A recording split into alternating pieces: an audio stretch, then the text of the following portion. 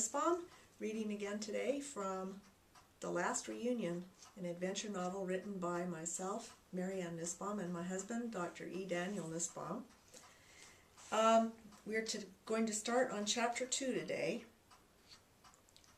Deputy Sheriff Dave Mathis had duty that same Christmas Day, but it had been very quiet. His head was just beginning to nod for a short after-lunch nap when the shrill ring of the phone next to his elbow knocked him awake. The telephone always meant trouble, and this time was likely to be no different. Sheriff's office, Deputy Mathis. Sheriff, you gotta get out here quick. The man was breathing heavily. I mean it, Sheriff. This is Isaac Johnson. Mathis could hear wheezing. Johnson continued, My lane is a right turn off County 9, a quarter-mile west of the Whitewater Orphanage. I'll wait for you right there by my mailbox. The phone clicked off. The deputy's heart began racing. He took a few deep breaths, trying to slow it down. The call had upset him, his face furrowed with uncertainty. What did that guy say his name was? Johnson? A quarter-mile from the orphanage? He stood up, grabbed his holster and jacket, and headed out, coughing as the cold air hit his lungs. Well below freezing for sure. Then he sneezed. Bright sun always did that.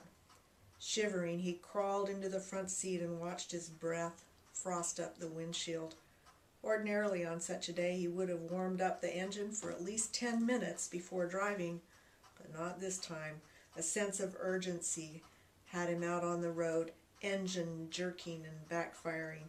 He struggled to clear the windshield with his gloved hand. The further he drove, the faster he found himself going, spinning his wheels at lights, fan-tailing around corners, skidding off Country Club Road, and hardly slowing for the narrowness of the pathway left by the snowplow on County 9. He glanced at the Whitewater Orphanage as he passed it in swirling cloud, but saw nothing unusual. Squinting ahead against the reflected sun, Mathis could barely make out a figure standing by the road a quarter of a mile further on. It stood motionless like a scarecrow with baggy old overalls. Mathis smashed on the brake, sliding his car sideways until the black wheels sprayed the pile-up snow high into the air with an explosion of white dust.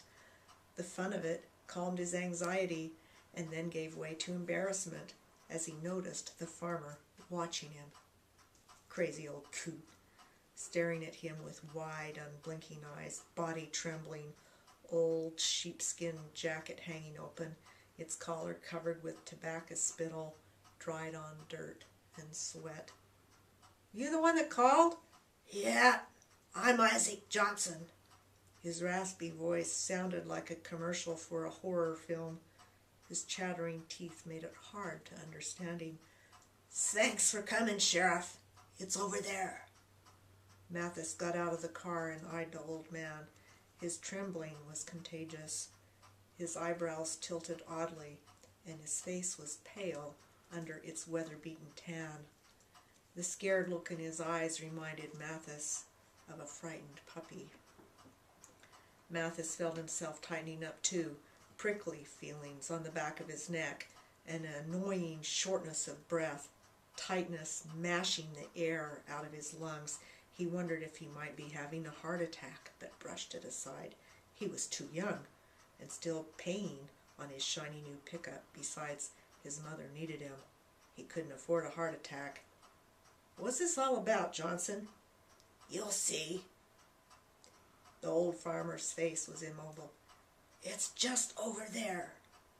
He pointed off to the right and into the ditch that paralleled the road and crossed under his lane through a culvert.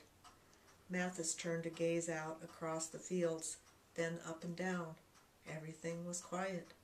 Johnson stood by the car watching him, saw Mathis wasn't looking in the right place. Down there, he said, pointing. We'll stop here for now on page 11 and pick up again next time.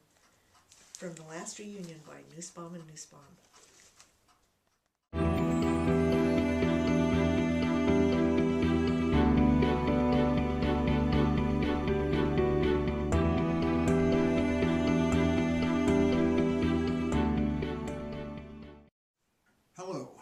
are Daniel and Marianne Nusbaum, and we hope you have been enjoying these preview readings of our adventure novel, The Last Reunion.